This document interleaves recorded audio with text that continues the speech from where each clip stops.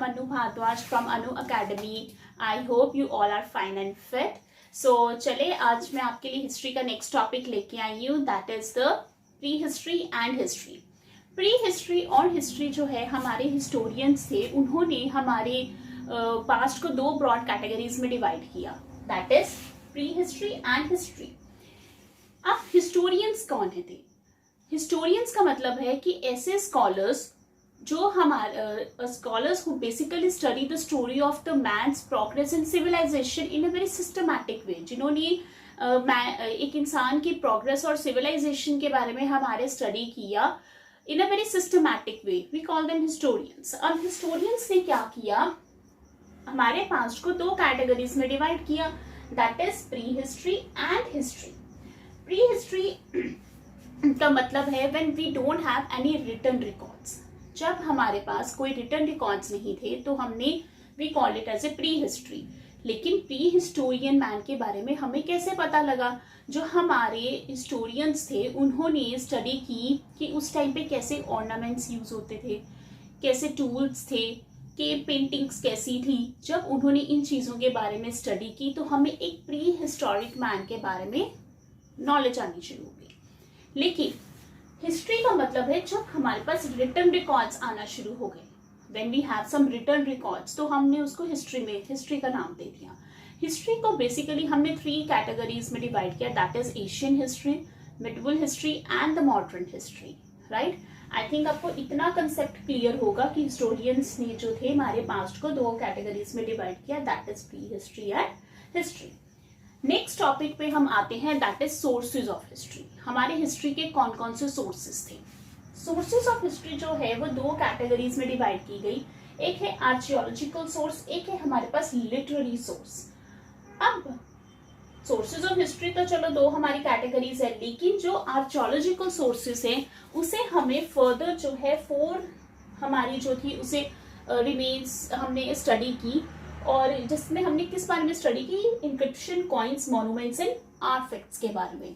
अब आर्कियोलॉजिकल जो सोर्सेज थी वो क्या थी? धीरे धीरे क्या हुआ, हमारी जो सिविलाइजेशन थी वो खत्म होनी शुरू हो गई थी.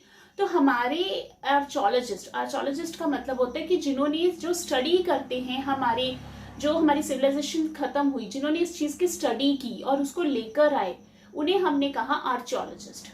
उन्होंने इसकी स्टडी की और जो हमारी चीजें खत्म हो रही थी उसमें उन्होंने किस किस चीजों के बारे में स्टडी की, दैट इज उन्होंने स्टडी की इंस्क्रिप्शन के बारे में, कॉइन्स कौन कौन से यूज होते थे, मॉन्यूमेंट्स एंड आर्टिफैक्ट्स कैसा था.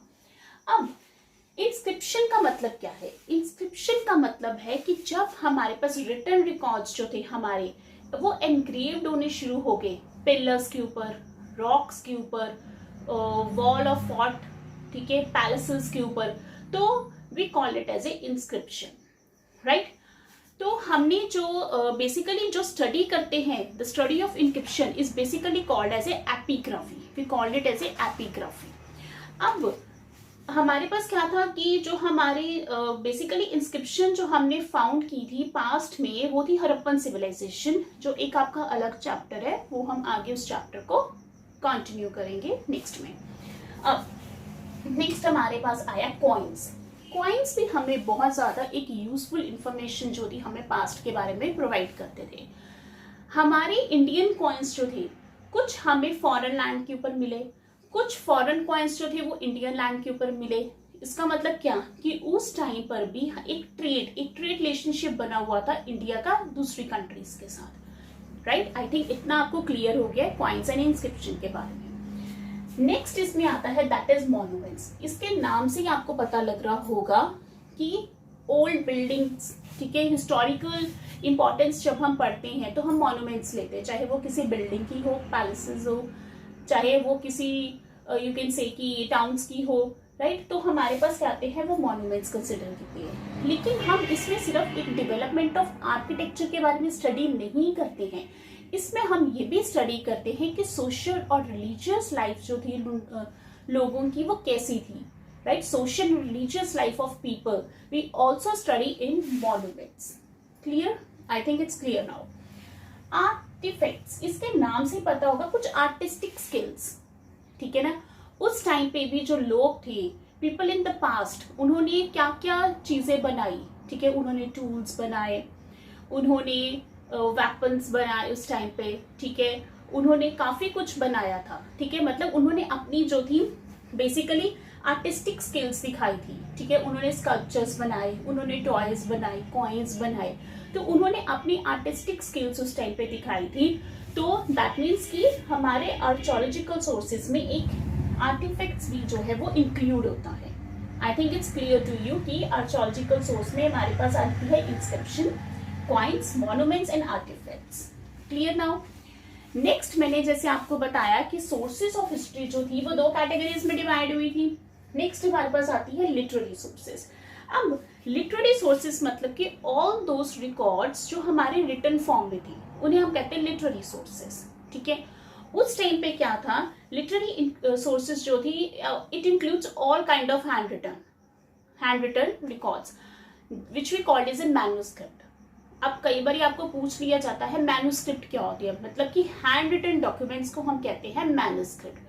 और जब हैंड रिटन डॉक्यूमेंट्स जो थे हम लिखते थे वो बहुत सारे मटेरियल्स के थ्रू हम लिखते थे, जैसे भोजपत्र, जैसे हम बिच लीव्स कह देते हैं, ठीक है, पाम लीव्स कह देते हैं, ठीक है, बिच बाग के थ्रू, ठीक है ना, भोजपत्र जैसे हम कह देते हैं। इसके थ्रू क्या था, हमारे जो थे हैंड रिटन डॉक्यूमेंट्स हमने मिलने शुरू हो गए। अब ये तो हमारे लिटरेरी सोर्सेज के बारे में हो गया, लेकिन हमारे पास क्या था, लिटरेरी सोर्सेज को फर्दर 2 कैटेगरीज में डिवाइड किया गया, that is religious literature and secular literature. Religious literature के नाम से आपको क्लियर होगा कि जब हमने एक रिलीजियस लिटरेचर के बारे में हम इसमें बात करेंगे, जैसे कि हम इसमें स्टडी करेंगे हमने वेदास के बारे में, ऋग वेदा, ठीक है, हमारी ग्रेट एपिक जैसे महाभारता एंड रामायणा, ठीक है, बेसिकली ये हमारी फेमस जो है एक एपिक, ग्रेट एपिक्स हैं, और ये बेसिकली संस्कृत लैंग्वेज में हम इसे कहते हैं। जैन लिटरेचर के बारे में हम इसमें स्टडी करते हैं, राइट। उसके बाद आता है सेकुलर लिटरेचर। सेकुलर लिटरेचर का मतलब है कि ऐसा literature that includes all the subjects except the religious one. Religious को छोड़ के ये सारे सब्जेक्ट्स हमारे जो है दैट इज सेकुलर लिटरेचर जो है हमारे इंक्लूड करता है, राइट। अब आई थिंक इतना आपको क्लियर होगा, ठीक है, that is literary sources, religious literature and secular literature. So these are basically the sources of history, ठीक है। अब फर्दर जो है हम नेक्स्ट टॉपिक्स में फर्दर हम पढ़ेंगे कि हमारी अर्लियर सोसाइटीज कैसी थी, राइट। वो अब नाउ स्टूडेंट्स आपका जो है यहाँ पे फर्स्ट चैप्टर जो है इट्स कंप्लीट नाउ, राइट। तो मैं आपको जैसे मैंने आपको बताया था मेरी अनु अकेडमी ऐप है, उसमें आपको इसके नोट्स प्रोवाइड किए जाएंगे और जो काफ़ी ज़्यादा जो है सीटेक स्टूडेंट्स के लिए यूजफुल होंगे, लेकिन साथ साथ आपके लिए टेस्ट भी होगा, लेकिन वो तभी होगा अगर आप उस ऐप को डाउनलोड करेंगे। क्लियर है। आई थिंक आपको काफ़ी कंसेप्ट क्लियर हो जाता है जब मैं आपको टीच करती हूँ। और अगर आपको मेरी वीडियोस अच्छी लगती हैं, राइट, अच्छा मतलब आपको लगता है कि it's good, so please like my video, share कीजिए मेरी वीडियो को, ठीक है। और मेरा जो चैनल है that is Anu B academy, इसे जरूर आप सब्सक्राइब कीजिए ताकि मैं आपके लिए काफ़ी अच्छी वीडियोस जो हैं और जो है सीटेट स्टूडेंट्स के लिए लेके हूँ, सो दैट कि उनके लिए बहुत ज़्यादा बेनिफिशियल हो। Also for the class 6 also उनके लिए भी बहुत ज़्यादा बेनिफिशियल है। सो आई थिंक आज का जो टॉपिक है वो आपको क्लियर है, दैट इज हिस्टोरियंस के बारे में हमने पढ़ा जिन्होंने हमारी 2 कैटेगरीज में डिवाइड किया, that is prehistory and history. And secondly we studied about the sources of history, that is archaeological sources, and then we have the literary sources. Further archaeological sources जो थे उसमें उन्होंने किस बारे में study की, that is inscription, coins, monuments and artifacts. And literary sources we have studied the religious literature as well as the secular literature. So students, I think आपको clear हो गया होगा कंसेप्ट। सो आप, मैंने जैसे आपको पहले भी कहा था कि आप अपनी बुक एनसीईआरटी की जरूर स्टडी करिएगा, बिकॉज बुक्स बहुत सारी हैं लेकिन हमें एनसीईआरटी जरूर रीड आउट करनी है। सो अगर आपको कोई डाउट है तो आप मुझे कमेंट सेक्शन में लिख सकते हैं, सो दैट मैं आपको उसका आंसर दूं। So students kindly see this video and take care, good bye, नमस्कार।